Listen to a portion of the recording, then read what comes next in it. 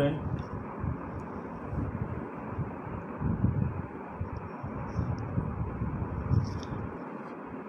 ये आपके क्वेश्चन है, इम्पोर्टेंट क्वेश्चन है ये सारे। अगर आप ये नहीं पढ़ोगे तो मुश्किल है आप पास भी हो पाओ, ठीक है। कम से कम मिनिमम इतने तो आप क्वेश्चन ये पढ़ के जाओ। आप लोग क्लास तो वैसे ही नहीं देख रहे हो कुछ भी, ठीक है, और पता नहीं पढ़ रहे हो कि नहीं।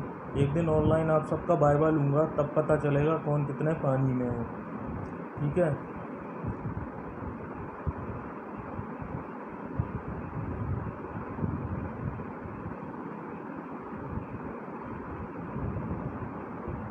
तो ये क्वेश्चन है, ये आपको पता होना चाहिए। इन्हीं में से आपके MCQ बनेंगे मोस्टली, ठीक है। तो ये आपको अच्छे से आने चाहिए। ये मैं आपको पढ़ा चुका हूँ पहले, मैं सब में डेफिनेशन। वोल्टेज जो साफ साफ लिखा है इतना तो आप पढ़ सकते हो ना। क्लास में भी कराया, बार बार बोलता हूँ भी आपको, ठीक है। किन्हीं दो बिंदुओं के विद्युत विभवों के अंतर को विभवांतर या पोटेंशियल डिफरेंस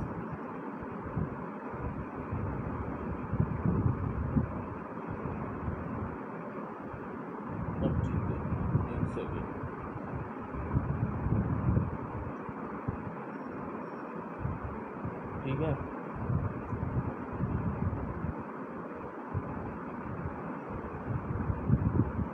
ये वोल्टेज की बात कर रहा हूँ मैं, ठीक है। मतलब दो पॉइंट हैं आपके, ठीक है। उन दोनों के बीच जो वोल्टेज में जो डिफरेंस पैदा होगा आपका, वही आपका क्या है, पोटेंशियल डिफरेंस है, ठीक है। अगर ये देखो इसमें लिखा गया है दूसरे शब्दों में, इकाई धनावेश को एक बिंदु से दूसरे बिंदु तक ले जाने के लिए किए गए कार्य को उन दो बिंदुओं के बीच का विभवांतर कहते हैं। मतलब विभवों का अंतर विभवांतर, ठीक।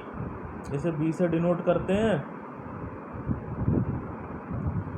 और वोल्टेज की आपका यूनिट क्या होती है, पता होनी चाहिए आपको ये सब, वोल्ट। अब वही आपका इलेक्ट्रिक करंट क्या है, कोई चार्ज फ्लो की दर को ही आप क्या बोलते हो, इलेक्ट्रिक करंट। मतलब आपका आवेश प्रवाह की दर को विद्युत धारा कहते हैं। इसकी SI इकाई एम्पियर है। 1 कूलम प्रति सेकंड की दर से प्रवाहित विद्युत आवेश को 1 एम्पियर धारा कहा जाता है। ये छोटी छोटी चीज़ें आपको आनी चाहिए। अब इससे कम तो शॉर्ट में अब नहीं हो पाएगा आपका, तो कम से कम ये तो आपको करना ही पड़ेगा, ठीक है। इलेक्ट्रिक पावर, वैद्युत शक्ति के व्यय की दर को वैद्युत शक्ति P कहा जाता है।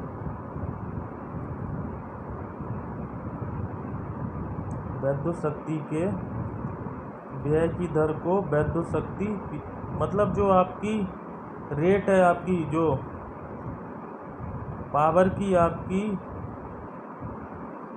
जो आपकी डिस्चार्ज हो रही है, ठीक है। मतलब जो rate of discharge of electrical power, वही आपका क्या है, वैद्युत शक्ति, से P बोलते हैं।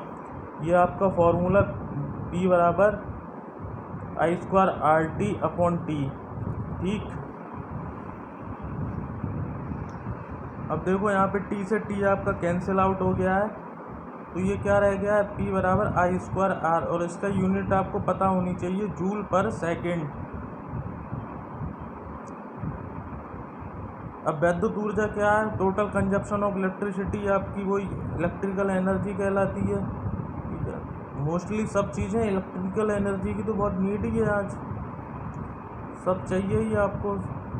मोस्टली सारे आपके उपकरण, जो भी कुछ भी मशीन है, सब आपकी विद्युत से ही चल रही है, तो बहुत इसका यूज है आपका, ठीक है। तो इसका यूटिलाइजेशन करना, इनके एपरेटस, इनके इंस्ट्रूमेंट के बारे में जानना, कौन क्या करता है, ये सब आपको पता होना चाहिए। अब देखो ओम्स लॉ की बात करें हम,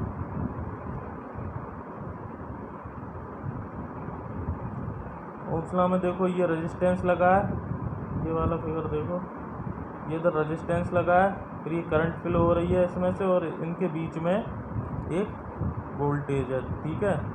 तो यही आपका लिखा है, जब भी किसी चालक पर विभवांतर किया जाता है, मतलब आपका कोई चालक है, कोई कंडक्टर है, उसमें जो करंट फ्लो हो रही है, उस कंडक्टर के दोनों सिरों के मध्य, ठीक है, जो वोल्टेज होगा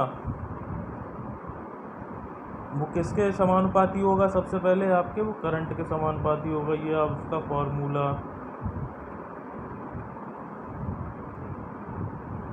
और ये आर आपका कंडक्टर का प्रतिरोध है, जो क्या करेगा? करंट का अपोज करता है।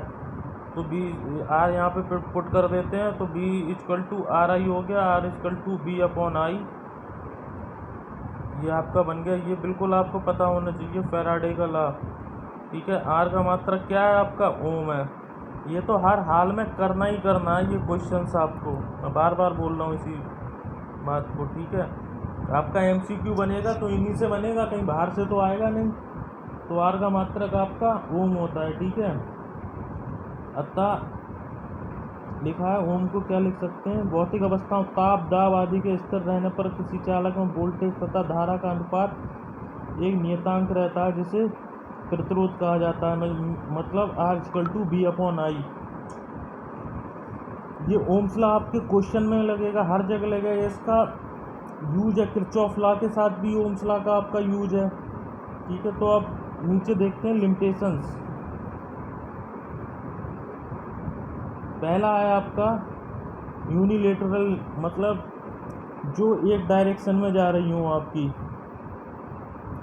जैसे आपका डायोड है, ट्रांजिस्टर है, ये क्या कराते हैं? ये यूनिलेटरल होते हैं, एक डायरेक्शन में ही फ्लो कराते हैं करंट। ठीक है। तो वहाँ पे आपका ये यूनिलेटरल नेटवर्क में आपका ओम्स लॉ नहीं लगेगा। तो पूछ सकते हैं, वहाँ एग्जाम्पल देके ओम्स लॉ का कहाँ यूज नहीं होगा। और इसका दूसरा यूज ये नीचे लिखा है, देखो, नॉन लीनियर नेटवर्क में ओम्स लॉ आपका लागू नहीं होता। नॉन लीनियर मतलब आपके कोई कैसे भी लगा, कोई कैसा, एक आपका सिस्टमेटिक वे नहीं है, और लूप आपकी क्लोज नहीं है। ओपन लूप में भी ये आपका नहीं लगेगा। एक इन्होंने एग्जाम्पल दिया है, नीचे देखते हैं। एक टॉर्च के बल्ब में धारा बढ़ने पर उसका तंतु गर्म हो जाता है तथा ताप बढ़ने से उसका प्रतिरोध भी बढ़ जाता है। ठीक है। टॉर्च जलाई हमने, ठीक है, उसकी बैटरी बड़ी होती है, उसकी वजह से टॉर्च जलती है। तो जो उसका जो वहाँ पे एलिमेंट होता है आपका, वो बहुत हीट पड़ जाती है। ठीक है। तो उसके अंदर आप देखोगे तो एक पतली सी वायर होती है, जो बहुत टेढ़ी मेढ़ी होती है।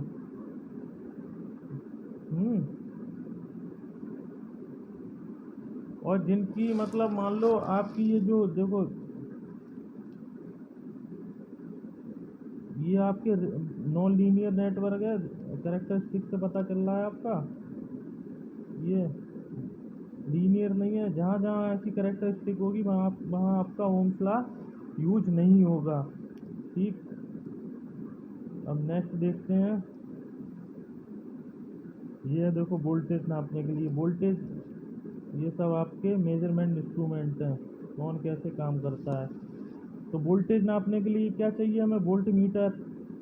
करंट नापने के लिए एमीटर। विद्युत शक्ति नापने के लिए वाट मीटर। और वैद्युत ऊर्जा नापने के लिए एनर्जी मीटर। ठीक है।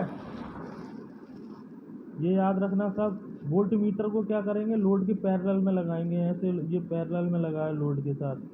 ठीक है। एमीटर में सीरीज में लगाएंगे, एमीटर आपका सीरीज में लगा होता है लोड के साथ। ये चीज़ें छोटी छोटी याद रखो आप। और ये लिखा, वॉट मीटर में आपकी दो कॉइल होती हैं, एक करंट कॉइल, एक पोटेंशियल कॉइल। तो करंट कॉइल को हम सीरीज में लगाएंगे, मतलब करंट कॉइल को आपको सीरीज में लगाना हो। सीरीज में क्या लगाते हैं? एमीटर भी लगाते हैं हम। ठीक है। दूसरी होती है आपकी पोटेंशियल कॉइल। पोटेंशियल कॉइल को किस में लगाएंगे? पैरेलल में कनेक्ट कराएंगे। और पैरेलल में क्या लगाते हैं हम? वोल्ट मीटर लगाते हैं। एनर्जी मीटर का देखो, ऐसे इसका डायग्राम है। ये आपकी सप्लाई जा रही है, ये आपकी करंट कॉइल है। तो करंट कॉइल के साथ ये आपकी इधर प्रेशर कॉइल होगा। ये पूरा आपका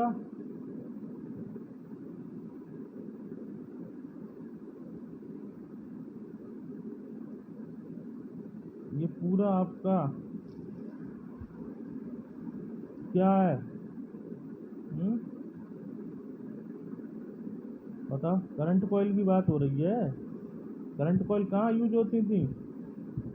वॉट मीटर में 2 कॉइल होती हैं, करंट कॉइल और पोटेंशियल कॉइल। ठीक है, फिगर देख लो आप। इसमें आपकी वो फिगर बना नहीं है पैरेलल वाला पोटेंशियल कॉइल का।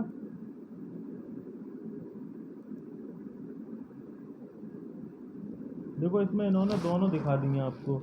ये देखो प्रेशर कॉइल आपकी और करंट कॉइल। करंट कॉइल आपकी लोड के साथ सीरीज में आ गई है, ये एक ही देखो एक ही डायरेक्शन है उसकी। और प्रेशर कॉइल आपकी लोड के साथ पैरेलल में आ गई। ये आपकी हो गई वाट मीटर। ठीक है, और ये देखो आपका एनर्जी मीटर। ये 2 वायर हैं आपका, एक पी से फेस, एन से न्यूट्रल। इधर भी देखो फेस और न्यूट्रल निकल गया लोड को और ये सप्लाई को। ये आपकी करंट कॉइल। ठीक है, ये इधर 2 ये कनेक्शन होते हैं। आपने कभी मीटर में कनेक्शन किए हो तो उसके 4 पॉइंट होते हैं। ये वाले 2 सप्लाई के और ये वाले 2 आपके लोड के होते हैं। मतलब जो खंबे से आते हैं वो तार आपके किस में लग जाते हैं? खंबे से आने वाले तार आपके इधर 2 वाले पॉइंट में लग जाएंगे, मतलब आपकी सप्लाई। और जहाँ लोड देना है वहाँ से आपके लोड वाले ऐसे निकल जाएंगे। ठीक, अब प्रतिरोध क्या होता है? जो करंट का आपका अपोज करता है। ठीक है, अब इसमें नीचे दिया है प्रतिरोध को प्रभावित और बाधारिता को प्रभावित करने वाले कारकों पर चर्चा कीजिए। तो प्रतिरोधकता मतलब रेजिस्टिविटी। रेजिस्टिविटी को किससे दिखाते थे?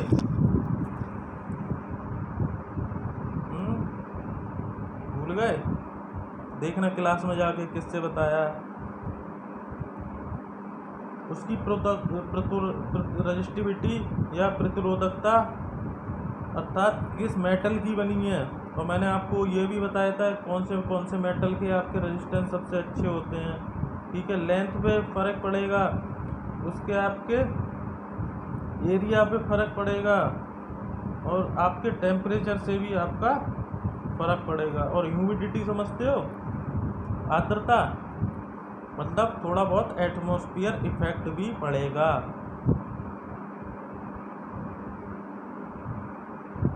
ठीक, नेक्स्ट में आते हैं हम। ये देखो इधर संधारित्र का ये फॉर्मूला है, याद करना है इसको। ठीक है, ये आपके 2 आपके कांस्टेंट दे रखे हैं।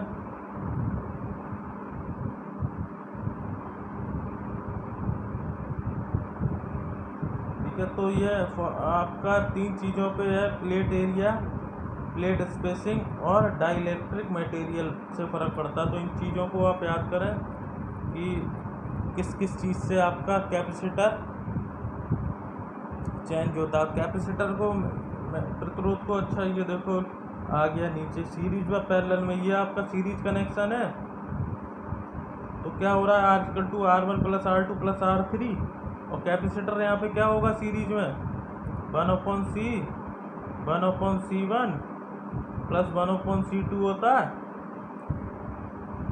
ठीक है, अब ये देखो यहाँ पे पैरेलल में आपके कैपेसिटर 1/R 1/R + 1/R3 है। और यही कैपेसिटर आपका क्या होता है? C1 + C2। इस पर डायरेक्ट एक न्यूमेरिकल आपको MCQ में मिलेगा। ठीक,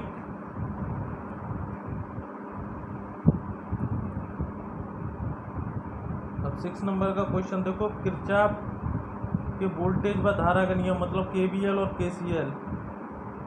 तो मैंने आपको बताया था कि वो करंट वाला समीशन I = 0 और उसमें समीशन E = 0 होता है कि नहीं? क्वेश्चन भी मैंने इसके कराए हैं आप लोगों को।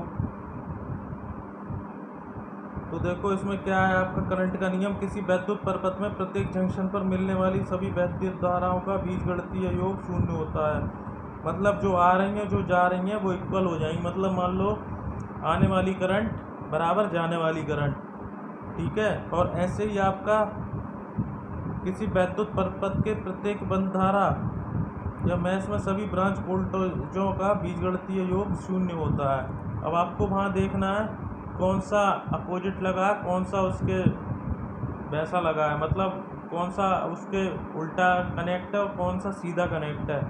ये आपको देखना भी मैंने बताया था, साइन भी बताए थे मैंने, सब कुछ ठीक। करंट किधर से निकलती है, पॉजिटिव वाले से नेगेटिव वाले में घुसती है, ये सब मैंने आपको एक एक करके सब कुछ चीज़ें आपको बताई है वीडियो में।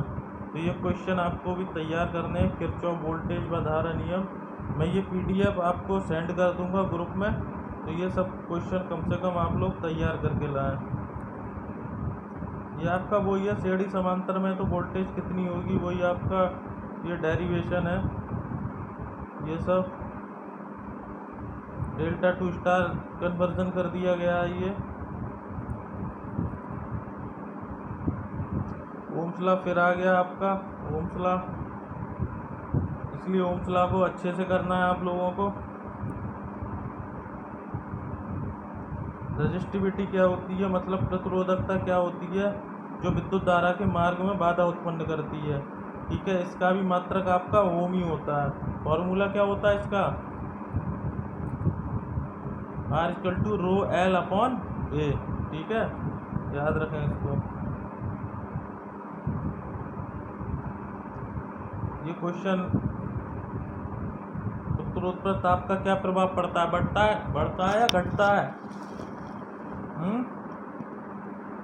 नहीं पता, देखो जाके, नहीं पता। फिर से आपका ये आ गया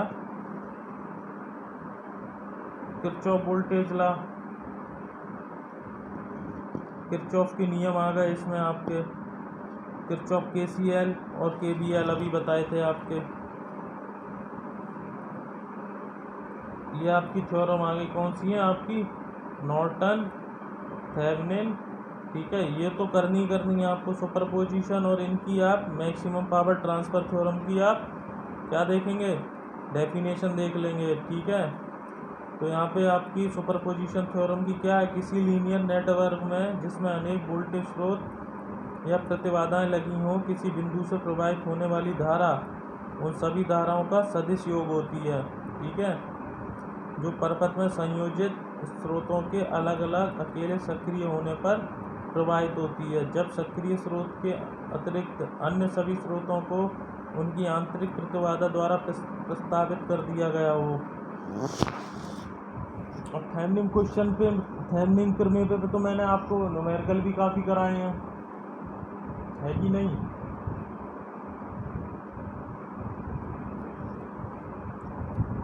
और नॉर्टन भी मैंने आपको क्लास में कराई दी है, मतलब ऑनलाइन क्लास ली थी जब थ्योरम की, तब उसमें आपको देखना पड़े, आपको देखो जाके उसमें क्वेश्चन से समझो उसको, क्वेश्चन कैसे यूज है, इनकी एप्लीकेशन समझो, ठीक है।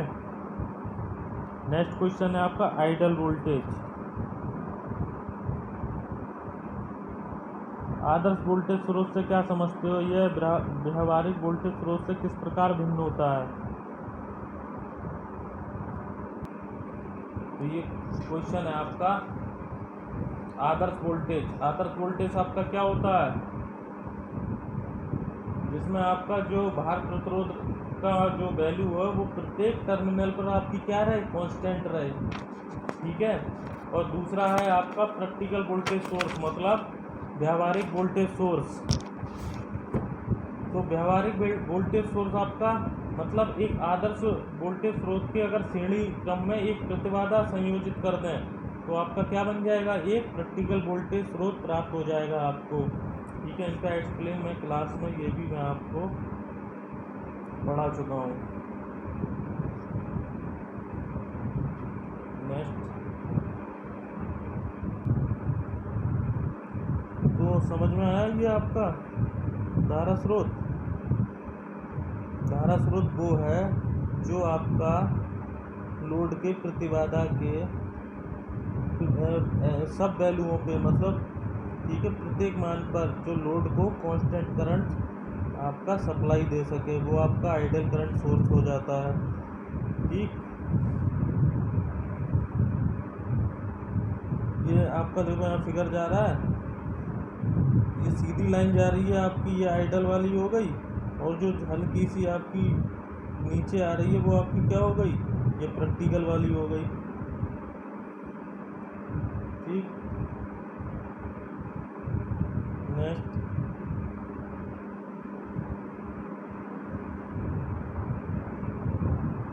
अब देखो इसमें आपको R का मान ज्ञात करना है, तो 2 किलो ओम के प्रतिरोध पर वोल्टता कितनी होगी?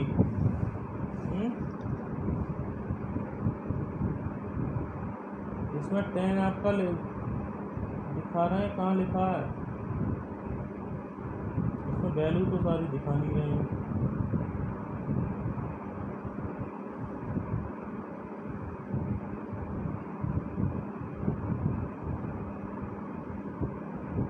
वैल्यू दिखाई नहीं है, 10 - 7.5 कर दिया, यहाँ पे आपका 10 होना चाहिए, या तो इस साइड आपका ये 10 सप्लाई देनी चाहिए। चलो ठीक है, नेक्स्ट चलते हैं। न्यूमेरिकल तो आप कहाँ आपसे पूछने वाला नहीं हो।